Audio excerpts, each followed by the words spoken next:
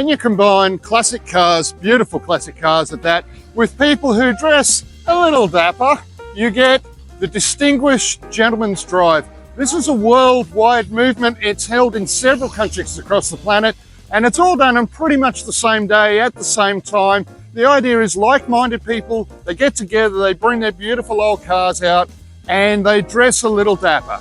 And the idea behind that is we're raising money for men's mental health. Today we're starting off at Ferny Grove in Brisbane, and we're heading over Mount Glorious through to the Lockyer Valley to a beautiful old pub. There will be over 100 vehicles here today, some fantastic people to meet. Come along for the ride, and next year it'll be happening at the same time, so make sure you check it out. We'll look forward to seeing you on the road.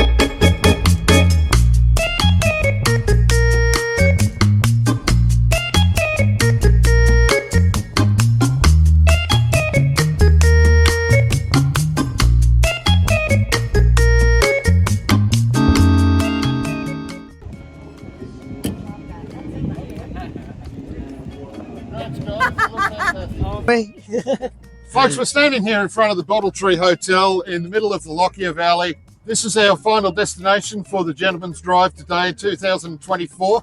And I'm here with Kip, and I need to tell you something. I've spoken many times about the people who get involved in car clubs and how you often find that there's, 5 or 6 people who do 90% of the work.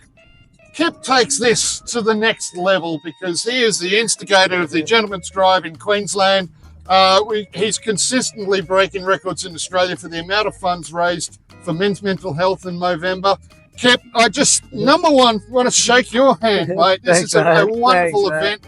Tell me how you got inspired to do this in the first place. So the reason I got roped into it was I'd taken part in the Distinguished Gentleman's Ride for a number of years. I got to know the guys that put that event on because the Gentleman's Ride kicked off in Sydney originally, and yeah, it's gone to hundreds of cities around the world and raised millions of dollars. And then when they expanded to a classic car event, they said, "Well, Kipper, you know all the car people in Brisbane. Do you reckon you could organise a Brisbane drive?" I said, "Yeah, I'll do that," because I knew what the ride was like. So I said, "Well, let's just transfer it to a car event and have some fun." That's brilliant, mate. Yeah. So tell me about your history with cars. What's inspired all of this? Yeah, so I've been a panel beater, coach builder since I left school. Yeah, and it started off just doing smash work on like modern Porsches and Ferraris and that, but always wanted to do restoration. I was always into classic cars, so night times and weekends I was spending, fixing up old cars and that sort of thing, and doing that sort of thing until it just got carried away, and I started coach building and hand making entire cars from scratch. And I went on I received a Churchill Fellowship and travelled the world, and worked in America, England, Italy, and Germany. So I worked at Aston Martin. I went to Ferrari. I went everywhere and learned from some of the best craftsmen in the world, and bring that back and share that with Australia. So I enjoy the sharing the classic car scene with the community. They're a good bunch of people, aren't they? Yeah, they really are a great one. Good camaraderie. Yeah. And that's what I like about this event is that it's not pigeonholed into just one type of car. Sure. You can have, we've got a Buick next to a Porsche 356, next to a 1917 Hudson, next to a Mustang, next to a Ferrari. Like it's just the most incredible cross section of cars. And you find a lot of people come to the event and say, "Oh, we normally don't hang out with other car people. We just stay in our Volvo club or our Holden club." Yep. You go, but all of a sudden they're like, everyone's just a car person, really, aren't they? So it's good to get car people together and out of their like the track that they're in. For sure. Yeah. So you see a lot of guys come along and say how good it is. Yeah. And the fact that this whole movement, the Distinguished Gentleman's Drive, is really there to try and boost the awareness of men's mental health, of family health as well. Pulling people together. Yeah. And so if somebody's feeling that life is, becoming overwhelming, just to give them a different focus and move them into something that they realise can help to pull them. Yeah, exactly. And Movember does incredible work with the prostate cancer research and their men's mental health programs and that sort of thing. And and it's also one of those things. I personally believe just the day itself is good for mental health. You get all these guys out driving their cars through the mountains, finish at a pub, listen to some good music and that sort of thing. And, for sure. And and they come to the pub, have a beer, and absolutely hang out. So look, folks, next year, 2025, check out the socials, get online, Google it, do whatever you need to do to find out more about the Distinguished Gentleman's Drive. We'll have a link at the end of the show. Come and meet Kip. Come and meet the classic car fraternity. Yeah. They're a great bunch of people, and mate, I think you're an inspiration. Thank you again, mate. It's just brilliant.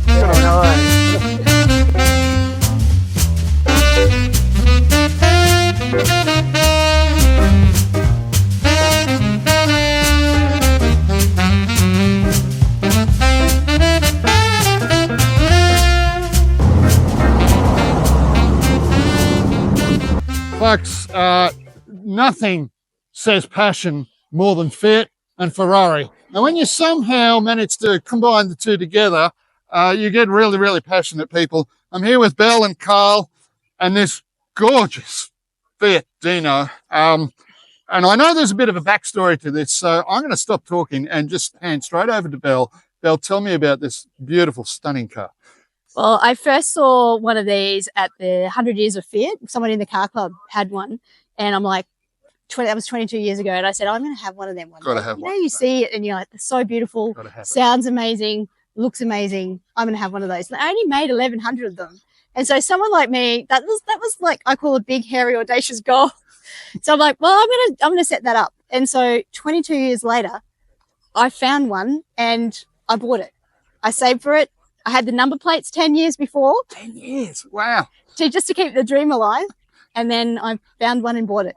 Carl was with me when we brought it in, when it came in through customs. I got a phone call from her. Check your text messages. Look at the text messages in the Dino. What do I do? I said, just buy it.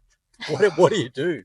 These opportunities present themselves. You've got to jump because you just miss out. This And is so many times. It is a very rare car in Australia, isn't it? It's very rare in Australia. There's probably a handful or so in Australia. I think there's a couple in Queensland. Right.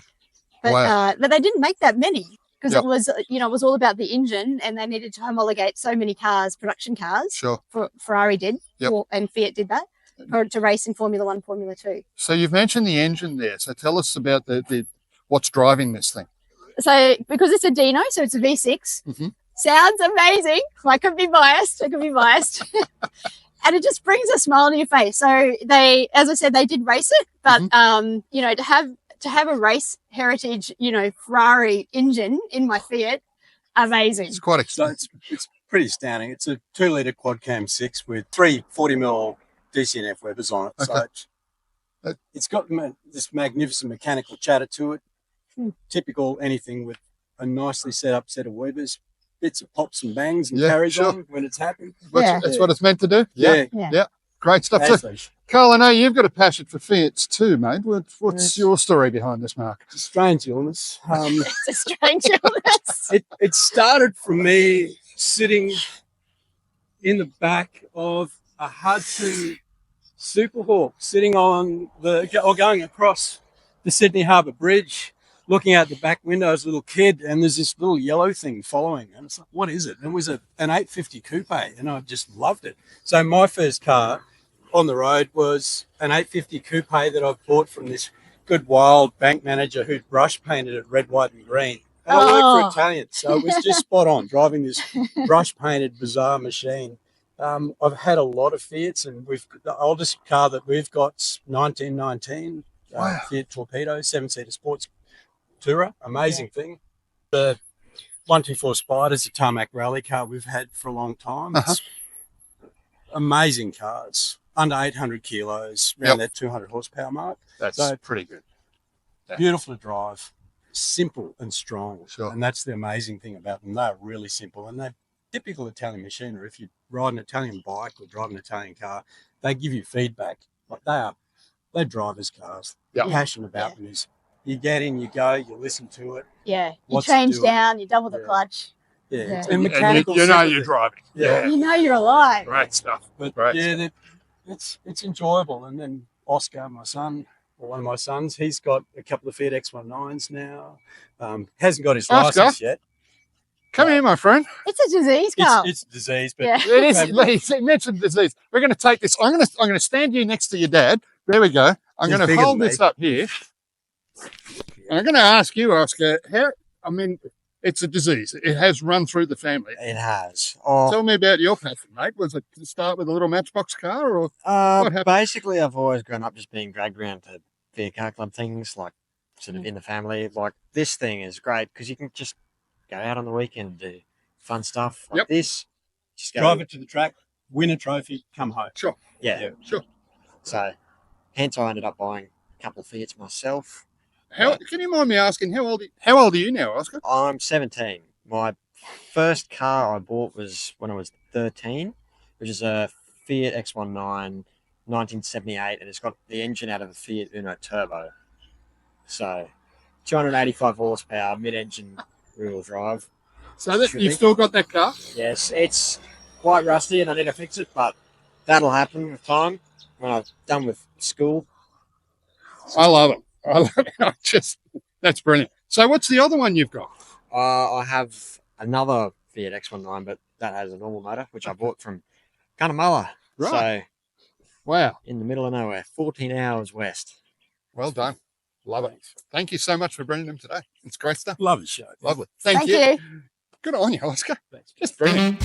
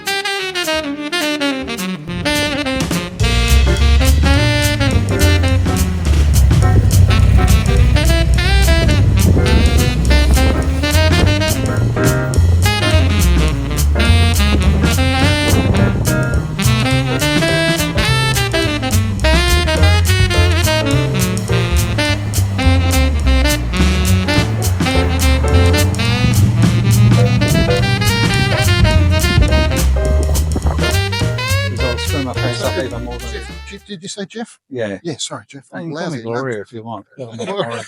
This is Gloria. We're rolling.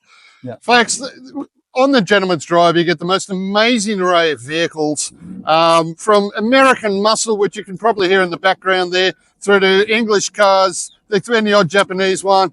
But you don't see many of this. I'm here with Jeff and his gorgeous Lotus.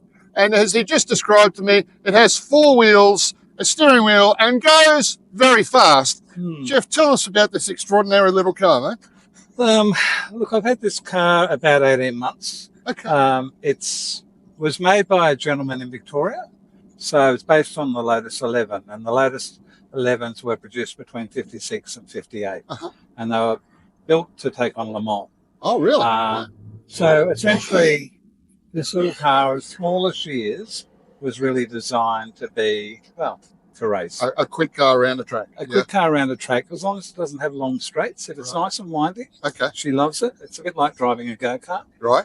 I don't know, what can I tell you about it? It's got one of your brochures. There you go. I thought I was saying. Yeah, I did give you a brochure. When you said, if you don't have windscreen wipers, you're safe. You won't have got a brochure. I snuck a lied. brochure under everyone's windscreen wiper today.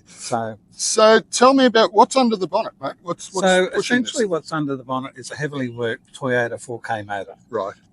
So it's probably got the specs of a 5K, so it's about 1.5 litres. Okay. It's got a very lumpy cam. Right. Is the way of putting it.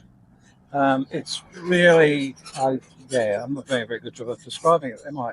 No, you're doing a brilliant job. But what sort of horsepower do you think it might be pushing out, Jeff? Look, I don't know. I've not had it on a dyno. It weighs about 500 kilos, or just under wow. 500, except when I'm in it. Wow. That sort of pushes that out. And, That's the 550, mate. You're doing all right. yeah. Well, we'll get you. It is what it is. It's a lot of fun, and you just get lost. Well, mate, I think it's beautiful. I think well done on bringing it out today. It's great to see it in the metal, as it were. And can we say well done to Ivan, wherever you are.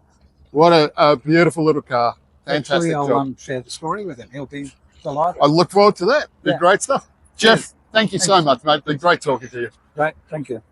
Folks, as part of the Distinguished Gentleman's Drive, one thing I've noticed is the amount of couples who come on these runs.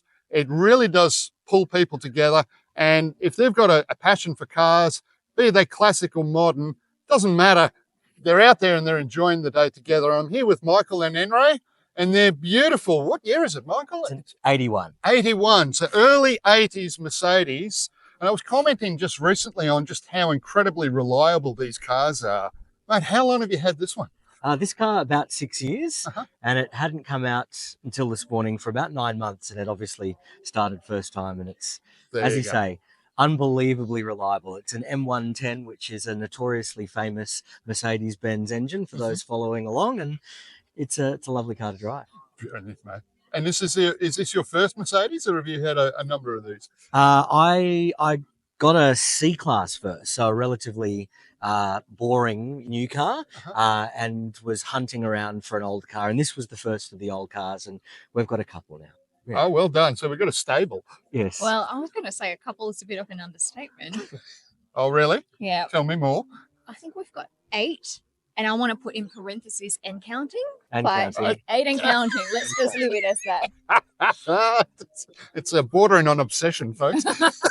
So Enray drove exactly the same car, but the 4-door today, which is just up down the road. So That's brilliant. matching cars. Well done. Oh, And matching denim too, I hope. of course. Look at the outfits. That's called style, folks. Yeah. So, Enray, tell me about your history with cars, mate. Obviously, you've got a Oh. passion there too. Well, I'm not sure if you want to keep this in the recording, but I actually only got my license about 3 or 4 years ago. Okay. And Michael actually taught me how to drive. Because by way of context, I came from Singapore, and public transport was always so much easier Sure. in Singapore. Why so would you Michael taught me to drive? drive. And I learned how to drive in a Mercedes-Benz, fell in love with it, and then, of course, decided that I was going to come on a journey with the world of, Mercedes-Benz and how wonderful the German engineering is. For sure. Yeah. For sure. And so tell me about, is this your first gentleman's drive? Yeah, I have a couple of friends who've done the ride a few times, and I've always enjoyed the photographs and hearing stories. And when the opportunity came along for us to come on board, we thought we'd come for a drive. Wonderful. Look, the fact that you've brought this beautiful machine, you're dressed for the part. Talk about dapper. Yes. And you're just enjoying this marvelous day. They're a great bunch of people. Yeah. You just meet some wonderful folk. We Yeah. decided we weren't fast or furious. We were slow and sartorial. Fair enough. That's what we decided. But never sarcastic, and that's No. always good. About 20 years. And my wife hates it. Why? Have a look in the back. Oh, they're just a lounge room on wheels, aren't they?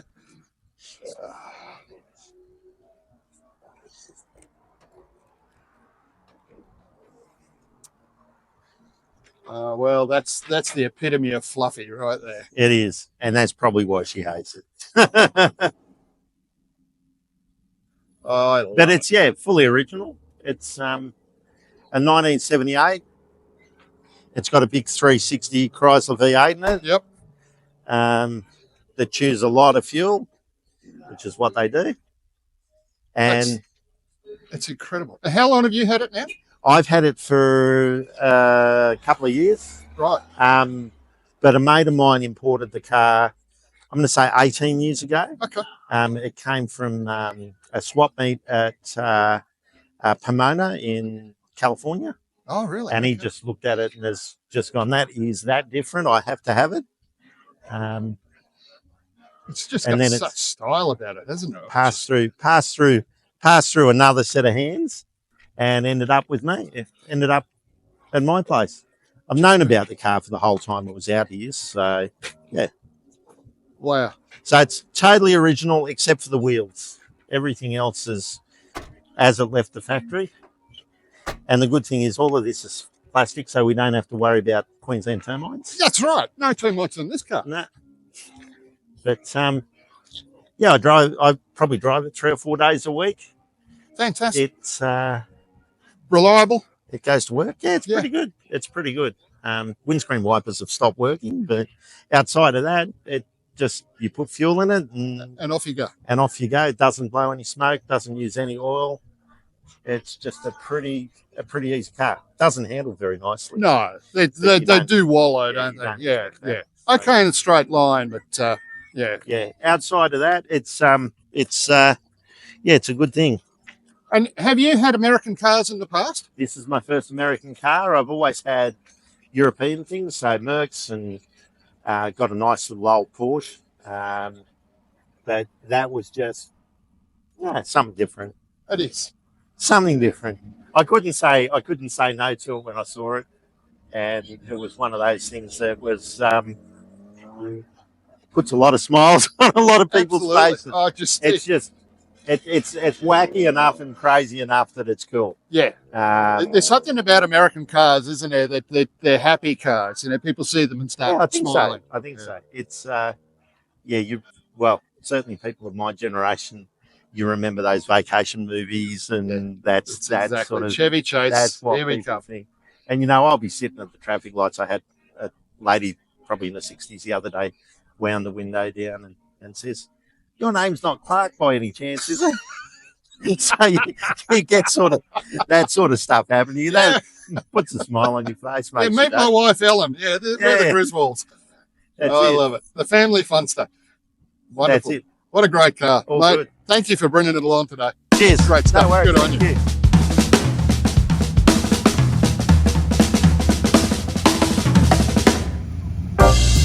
Thank you.